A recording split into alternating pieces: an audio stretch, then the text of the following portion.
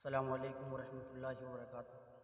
साथियों, आज नासिर और जुनैद को 82वां दिन है, यानी कि तीसरा महीना होने में कुल 8 रोज़ बाकी है। नासिर और जुनैद का जो मामला था वो कहीं ना कहीं एकदम ज़ोर पर था, और उसके बाद में जिस तरीके से धीरे धीरे इस मामले को भुलाने की कोशिश की गई, तो शायद मुझे ऐसा लग रहा है नासिर और जुनैद का जो मामला है उसको बिल्कुल सरकार धीरे धीरे एकदम लॉक करने की कोशिश कर रही है। बिल्कुल स्लो मोशन हो गए मामले।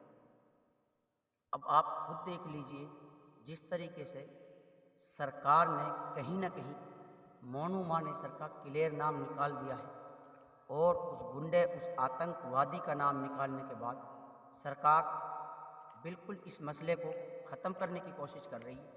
क्योंकि जब कहीं ना कहीं अगर गलती से कन्हैया कुम्हार की बात आती है तो उदयपुर कांड में कन्हैया कुम्हार के हत्यारों को तुरंत के तुरंत गिरफ्तार कर लिया जाता है, और कन्हैया के 2 बेटों को नौकरी दी जाती है फर्स्ट क्वालिटी की, और उसके बाद में कन्हैया के परिवार को 1 करोड़ रुपए का तुरंत के तुरंत मुआवजा दे दिया जाता है।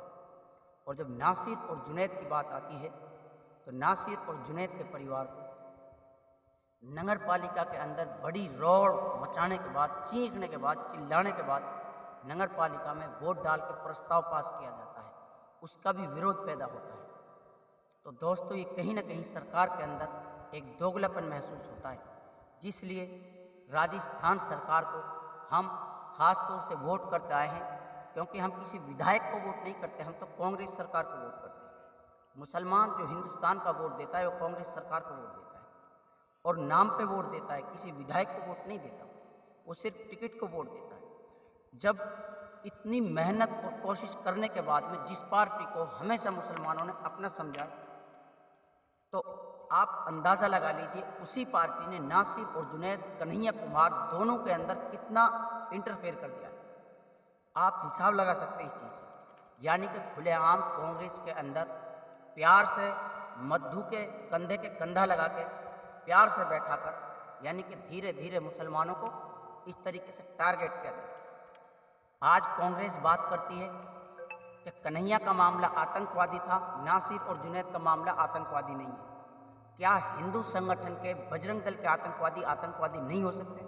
मैं खुलेआम कहता हूँ कांग्रेस ने ही इन आतंकवादियों को पाला है।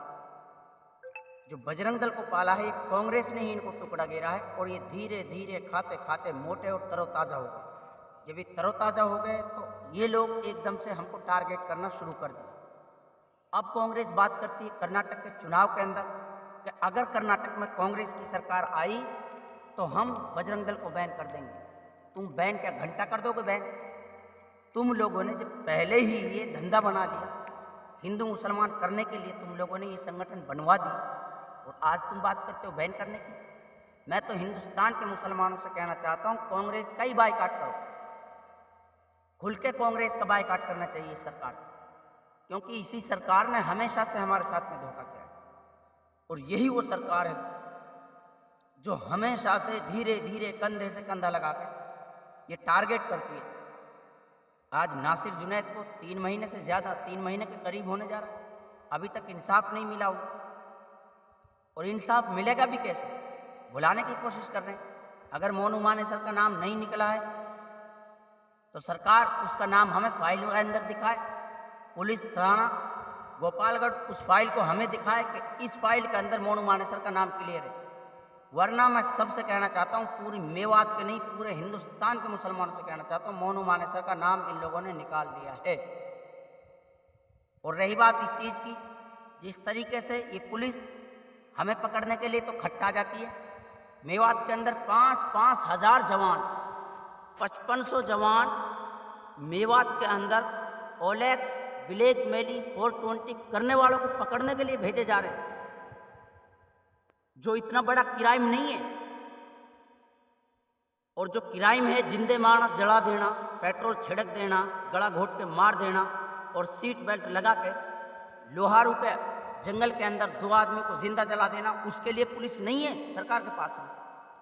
हाँ, मेवात को डर पाने के लिए है पुलिस, मेवात को टॉर्चर करने के लिए है पुलिस, आदमी एक क्राइम करता है, 20 आदमियों को पुलिस मार रही है लाठियों से भगा भगा के, ये कौन सा तरीका है? इसका मतलब पुलिस खुलेआम मुसलमानों को टॉर्चर कर रही है, मुसलमानों को दबा रही है। अगर पुलिस ये भेदभाव नहीं करती तो जिस आदमी के ऊपर केस है, क्राइम है, जिसके ऊपर केस दर्ज है, उसको पकड़िए। क्यों डरा रहे हो, क्यों धमका रहे हो? जो पुलिस आपने यहाँ लगा रखी है 5500 फ्री में ओलेक्स के नाम से पूरी मेवात को बदनाम कर दिया कि मेवात क्राइम करता है। कहाँ करता है मेवात क्राइम? मेवात से ज़्यादा वहाँ जाके देखिए, रोहतक, झज्जर, सोनीपत, पानीपत की तरफ जाके देखिए। मेवात से ज़्यादा जाके मुंबई में देखिए कितना क्राइम होता है। मेवात से ज़्यादा जाके कोलकाता में देखिए कितना क्राइम होता है। मेवात से आगे जाके वहाँ देखिए जामताड़ा, जमशेदपुर, झारखंड के अंदर कितना क्राइम होता है 420 का। खाली मेवात बदनाम करके रखा है, इसीलिए ताकि ये लोग नासिर और जुनैद के मुद्दे को भूल जाए। ओलेक्स वालों पर रेड डाल के इस मुद्दे को भुलाना चाहती है सरकार। हम नहीं भूलेंगे कभी भी, और हम आवाज़ उठाते रहेंगे। नासिर और जुनैद के हत्यारे मोनू मानेसर आतंकवादी अगर गिरफ्तार नहीं हुआ तो ये बात भी जहन से निकाल देना कि ये चुप बैठ जाएंगे। हम चुप नहीं बैठेंगे, चाहे राजस्थान के अंदर सरकार कांग्रेस किया है, भाजपा किया है, हम आवाज़ उठाते रहेंगे और ये हमारा हक बनता है। सरकार हमें दबा नहीं सकती। वो तो हमें पता है किस तरीके से तुम लाठी के बल पे लोगों को डराते हो। जंतर मंतर पे जो लोग धरना प्रदर्शन कर रहे हैं, अपनी मांग कर रहे हैं, उनको लाठियों से मार रहे हो। ये संविधान का हनन किया जा रहा है। इसलिए मैं सरकार से कहना चाहता हूँ, कान खोलकर सुन ले सरकार, दिमाग अपना सही कर ले। जो दिमाग सटका हुआ है, नासिर और जुनैद के हत्यारों को पकड़ के लाइए और मोनू मानेसर को पकड़िए। मेवात के लोगों को 5500 जवान डाल के फ्लैग मार्च करके डराइए मत।